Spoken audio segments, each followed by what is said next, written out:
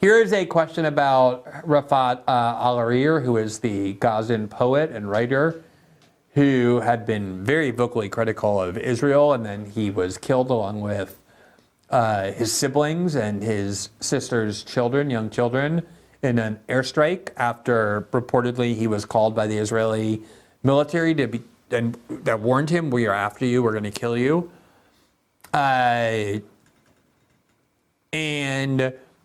There's a question here, would you do a segment on him? Can you upload the video to the Spotify drop the way Rogan does? So we have had a lot of internal discussions here about the way we should cover the war in Israel and Gaza. Since October 7th, we have had a reduction in our audience size, in the number of people who listen to our podcast, the number of people who watch our live shows, and the overall audience size. Now, we've been covering Gaza a lot, Israel and Gaza a lot, almost every day since October 7th. Not necessarily the war itself, but always adjacent parts of it. A lot of issues involving censorship efforts in the United States around October 7th in Israel, the attacks on pro-Palestinian activists and and Israel critics. So a lot of times it's not directly about the war itself, it's about the Biden administration's support for Israel, or the attempt to cancel people or to censor them, the rights hypocrisy, all these kind of issues. And it's unclear whether this loss of audience is not grave or substantial, but it's not trivial either, is due to the fact that there are some people who are so fanatically supportive of Israel that they just wrote off our show. I'm sure there are some of those. I mean, people have unfollowed me on Twitter by the thousands over this. Or whether most of them are just kind of fatigued, don't want to hear about Israel Gaza every day. And so if it's about Israel Gaza, they just don't tune in, but they're not gone. But, you know, we've talked about this many times, that we would rather lose subscribers, we would rather lose viewers than refrain from covering a topic we think is important, let alone not express things that we think are important to express. And I don't want to overstate that. I mean, it's been a relatively small percentage, although the podcast loss has been around 15%, 20% sometimes, which is not trivial.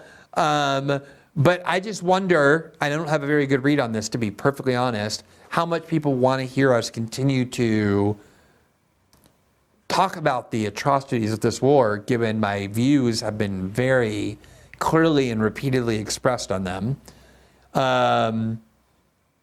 And I have to also say, just on a kind of a personal note, that I try, usually when I can report on things, I can cover stories, I can engage in argument and dispute and combat, and it doesn't affect me emotionally or personally. This war is so dark, I really think it's, from a humanitarian perspective, one of the worst things I've seen in my lifetime. And the numbers bear this out. Haaretz, the Israeli newspaper, UN organizations, other international aid groups like Reporters Without Borders or Doctors Without Borders have all said that the rate of civilian death, the amount of civilian suffering, the destruction of civilian infrastructure is unlike any war in decades. You have to go back to World War II to find destruction on this level. And constantly watching good people in Palestine and Gaza and the West Bank be killed, innocent life wiped out in massive number just at an instant, watching people barely alive under rubble, watching doctors not be able to perform surgeries with anesthesia, including on young children. It is horrifying to watch. And a lot of the sentiments that have come from Israel supporters, I think, are very sociopathic and savage and ugly. I really think a part of why people are supportive of this war is this lingering view that came out of 9/11. Maybe some of you didn't live through this, maybe some of you don't remember it, but after 9/11, there was this idea in certain parts of really in the neocon right and the American right, that this was not a war that we were about to fight now between the United States and Al-Qaeda, the terrorist group that attacked the United States, said the US government. Instead, it was a civilizational war between the elevated, enlightened, advanced culture of the West on the one hand, and the primitive, savage, barbaric, violent hordes of Muslims on the other, who were in the Middle East, Arabs and Muslims who were in the Middle East, who have invaded Western Europe. And I think that there was a book by Samuel Harrington called A War of Civilizations that became like the Bible of neocons and a lot of people on the right about how they saw this conflict. And I am surprised to see how much of that is still latent and how much of it got triggered, to the point where I don't think that a lot of people defending Israel are doing so on geostrategic grounds or because they think American national security is enhanced by it. I think they're happy to see a country, in their view, finally doing to Arabs and Muslims what they deserve, which is destroying their society, bombing them in large number. Obviously, that's not true of most Israel supporters. That I know because I have a lot of Israel supporters in my life, many of whom are pained to see civilian suffering in Gaza, in the West Bank. Not pained enough to cease their support of the war, but who I genuinely believe are not as what I just described. But there's enough of that sentiment, and then enough of just the way that war makes people so barbaric, turn off their humanity, kind of laugh about it, say, oh, that's Hamas. If you're angry about that, blame Hamas, human shields, all of those things, that sometimes there's an instinct desire not to focus on this all the time. And the death of this Gazan writer and poet who had a target put on him by Barry Weiss, I have to say, I don't know whether there's causal relationship. I don't know if Barry Weiss's targeting of him had anything to do with his death, even though he said, if I die, it'll be Barry Weiss's fault. I don't like to blame people for something like that without having proof. But what happened was there were all these fake stories circulating that have been debunked. Some of the worst, most dramatic stories about what happened on October 7th by Hamas turned out to be fabricated. Things like baking babies in ovens and cutting fetuses out of women's stomachs. In fact, Harrod said they could only confirm one death of a baby on October 7th. There were all those talks about 40 beheaded babies. And when this false story about babies baked in ovens were going around, Rafat said in a satirical way, oh, were they baked with baking soda or something else?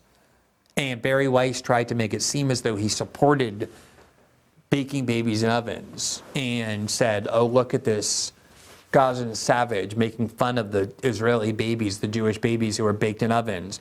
And he wasn't making fun of it, and he wasn't celebrating it. He was mocking the ease with which these stories were being invented and circulating. And she twisted the meaning of what he said very radically. And he said, you've just placed a target on me, and if I end up being killed, it'll be on you. There's a lot of, when he got killed, there was an attempt to basically find all his bad tweets, to suggest that he deserved it. And just the ugliest things that war unleashes, and I think this war in particular, more so than, say, the war in Ukraine and Russia, because of how many people in the United States, for religious reasons, not just American Jews, but a lot of evangelicals, how intensely they are devoted to Israel and how willing they are to defend everything Israel does. Like I said at the start of the show, the amount of hate and rage and intensity of anger you get as an American journalist criticizing this foreign country is unlike anything you ever even come close to getting by criticizing your own government and its wars. There are people who feel so strongly about Israel that they, I think, lose their humanity in defense of supporting it. Again, there are many Israel supporters for whom that's not true. I've had some of them on my show, but it's true for a lot of them. And so it just leaves me questioning sometimes the benefits of covering certain parts of this as much as we are, and also, just the effect of having to fight this fight all the time. It has been draining in a way that I think usually is not the case for most issues. The clip you just watched is from the live after show we do on Locals, exclusively for our local subscribers. The live after show airs every Tuesday and Thursday nights immediately following our live system update show on Rumble, which is freely available to everyone. To join our Locals community, simply click the join button under each video on our Rumble page or at the link below. That not only entitles you to exclusive access to our after show, where we take your questions, respond to your critiques and feedback, and hear suggestions for issues we should cover and people we should interview, but also to the transcripts for each show that we produce, as well as the exclusive written content we publish there. Enjoy.